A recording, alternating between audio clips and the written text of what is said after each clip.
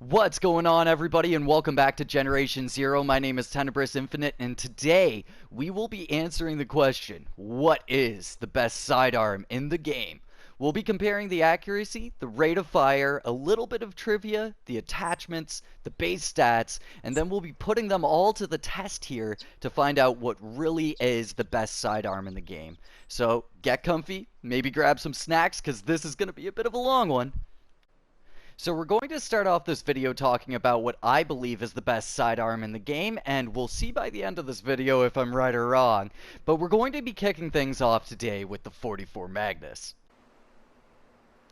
This gun is roughly based off of the Ruger Red Hawk Hunter, which was a popular Magnum back in 1979 and throughout the 80s, and was replaced by the Super Red Hawk in 1989. If you ever want to make a robot feel lucky, this is definitely the sidearm to go with. Now, let's get into some of the attachments that you can put onto this bad boy here. So, with the 44 Magnus, it actually has the most attachments out of any sidearm. You have the opportunity to put a scope onto this thing, any sort of vision module onto it. You're able to put a silencer onto it, and you're also able to put a compensator onto it. So when it comes down to the scope, that means that this is an excellent weapon for anybody who is specializing as a marksman or is aiming for some sort of long distance combat. When you combine the Magnus with the scope and with the silencer, you can actually use the Magnus at very long distances for some stealthy sniping when you don't have a lot of ammo for your main rifle. As well, the compensator is my personal favorite attachment to put onto the Magnus, as the compensator actually lessens your recoil from firing the gun, allowing you to put more shots into what you're aiming at a quicker rate. So now, before we put this gun to the test, figuring out what its accuracy and its rate of fire is, let's talk about a little bit of its stats. So the stats that you get for the game are 7 for the damage, a 15 for the handling, and a 6 for the rate of fire. That's not the rounds per minute, so that's what I'm going to be figuring out when I test the rate of fire. But for the in-game stat, they show a 6 for it, which is a generally kind of slower rate of fire. But you guys will see that due to the compensator and due to the way you can use the Magnus, the RPM will be a little bit higher than you would expect, actually.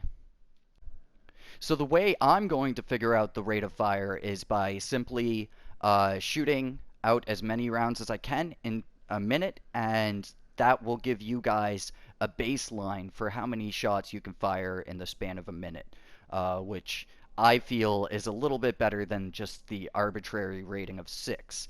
And then for the accuracy, what I'm going to do is I'm just going to fire off a single clip, rapid fire, or as quickly as I can. And basically I will take my round count, so for the Magnus it's 6, and multiply that by 10.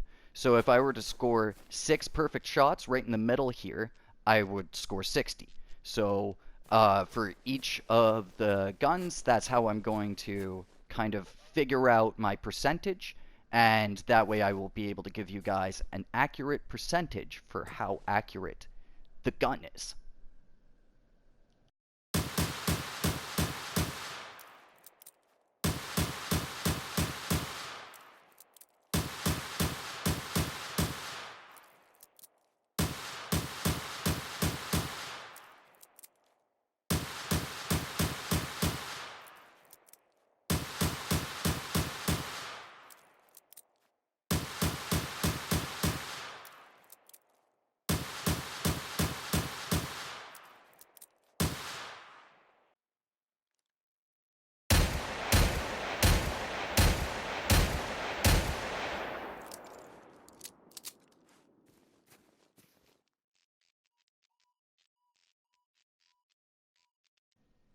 Now from that information, we can basically consider this to be a slow rate of fire but high accuracy weapon.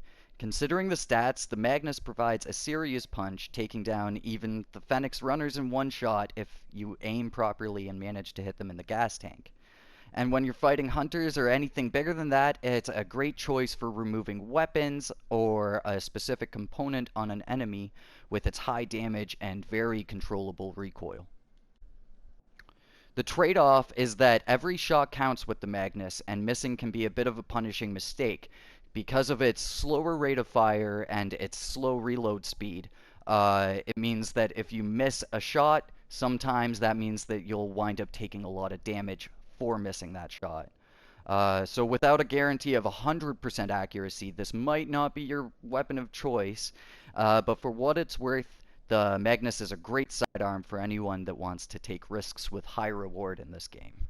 So now we're going to move on to the next gun, the fan favorite, the Glock 17. So the Glock 17 is entirely based on the Glock 17, which is a 9mm pistol utilized by dozens of countries worldwide for police forces to the military. This gun's reliability translates really well into Generation Zero, with what would probably be the best bang for your buck when it comes to ammo count, stability, reload speed, and handling. So the attachments for the Glock 17 are an extended magazine and a handgun silencer. This gun works very well with both, offering a quick and easy weapon for stealthier builds when things get out of hand. And without the silencer, this pistol is actually a very efficient weapon against everything up to the military class runners, and with a few rounds, Fenix runners will go down easily as well. So for some of the stats on this weapon, the damage for it is a 5, so a very low amount of damage. The handling for it is a 15 the whole way, and the rate of fire is 7, so kind of a middling rate of fire. But I'm willing to bet, just like with the Magnus, we'll find that that middling rate of fire will actually equate to a lot more rounds per minute than you would actually expect. My question is, though, is when you're really popping off with the 9mm, how accurate this gun actually is. Because unlike the Magnus, where your gun will be resetting due to the compensator lowering your recoil, with the Glock, the recoil will just build and build and build on your character to the point where your bullets will be probably flying everywhere. So we'll see. We'll see how right I am with that, or how wrong I am, after we do a little bit of tests here.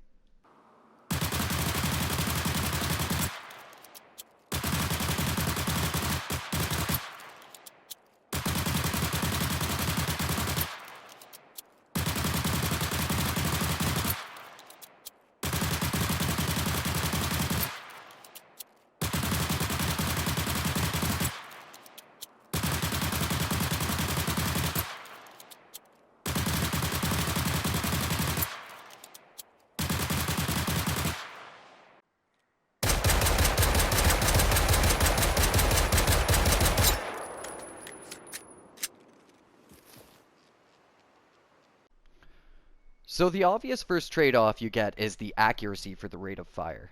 The Glock 17 has probably about 4 times the amount of RPM in comparison to the Magnus, but it scores about 20% lower for its accuracy. In the end, though, the Glock is a very forgiving sidearm where even if you're missing 30% of your shots, you'll still have enough damage to take out any enemy below a hunter, and its rate of fire is incredibly useful for ticks and seekers. It's also very useful for dishing out a quick amount of high damage per second against a single target. If you're maybe fighting against a tank and you've removed its armor, it's not a bad idea to pull out your Glock and just empty a clip into that exposed weak point. And also with a really quick reload speed, the Glock doesn't really have too many downsides to it outside of that low accuracy. Now for the last sidearm as of right now in Generation Zero, the Mueller PP. This little guy is based off of the Walther PP, a German .32 ACP handgun that was featured prominently in World War II. This is usually the first gun you'll use and find in Generation Zero, and in most cases is considered to be the weakest gun in the game. With the same attachments as the Glock, being only a silencer and an extended mag, but only having a little more than half of the bullets than the Glock itself, the Mueller a lot of times kind of will seem like the worst of the guns. The primary thing that the Mueller does have over the Glock, though, is due to its small chamber round, the silencer on the gun is actually way more effective than even the 9mm. So that means that you'll be able to stealthily attack enemies a little bit more with the Mueller than you would with the 9mm, and you might even find it to be a more effective weapon. For now, I'm going to show you guys really quickly the footage of all of the guns compared with silencers, and then we'll move on to some of the tests here.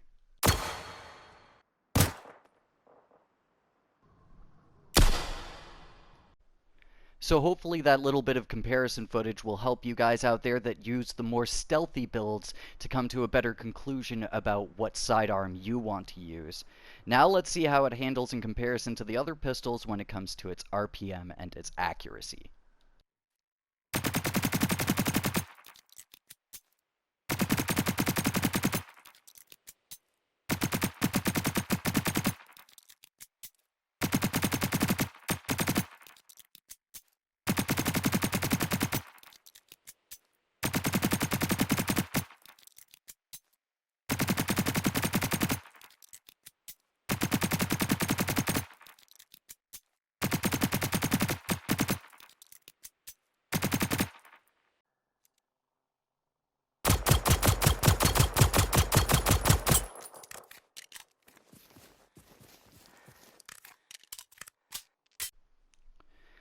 So this pistol is actually very accurate with almost 80% accuracy and boasts a medium fire rate, but being noticeably slower than the Glock and noticeably less accurate than the Magnus, sadly the only thing that's really beneficial about the Mueller is the noise dampening effect of the silencer.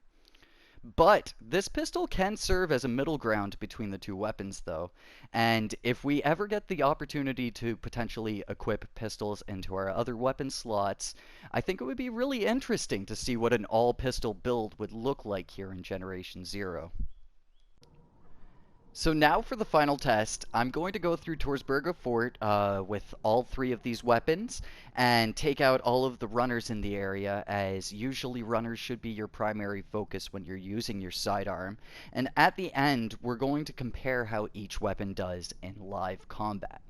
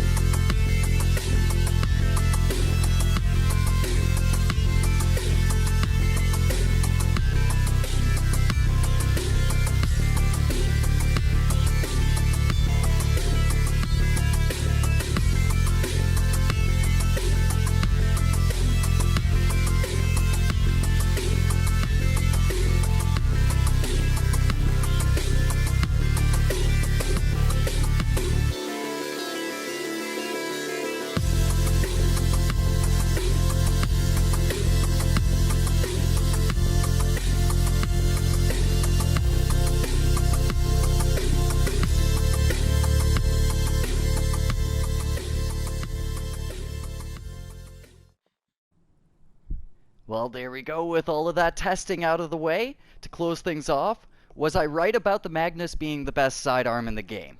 Personally, I think so. I was able to use half of the ammo that I took for the Glock and a quarter of the ammo that I took for the Mueller. Surprisingly, the Mueller did better than I expected, though. Its ability to dish out a ton of ammo accurately can work really well if you shoot quickly for the gas tank or the face of the robot. When it comes to speed, though, the fastest was the Glock for clearing the area. The final times before I edited all of this footage was 9 minutes and 24 seconds for the Magnus, 8 minutes and 12 seconds for the Glock, and a rough 11 minutes and 13 seconds for the Mueller. I think that the Mueller took a little bit more time because I was being a little bit careful about the character as well, not to make any sort of excuse or anything, but as a level 1 character, I was trying to keep the girl alive a little bit. But I think for the Magnus, the reason why it was slower than the Glock was due to the slower reload speed and the time that it takes to aim accurately, as all of that adds up. And the less time that you have to take reloading or aiming is the more time you can spend sprinting and running around your enemies and being able to move more freely. all in all, I think that that answers some really key questions that you guys might have about sidearms in Generation Zero. I know that it answered a lot of questions for me. And hey, if you guys like this kind of deep dive sort of content that I did here, maybe give this video a thumbs up because it goes a long way for helping out my channel and also helping me know where to take my content for you guys. But all in all, thank you so much for watching and take it easy, my dudes.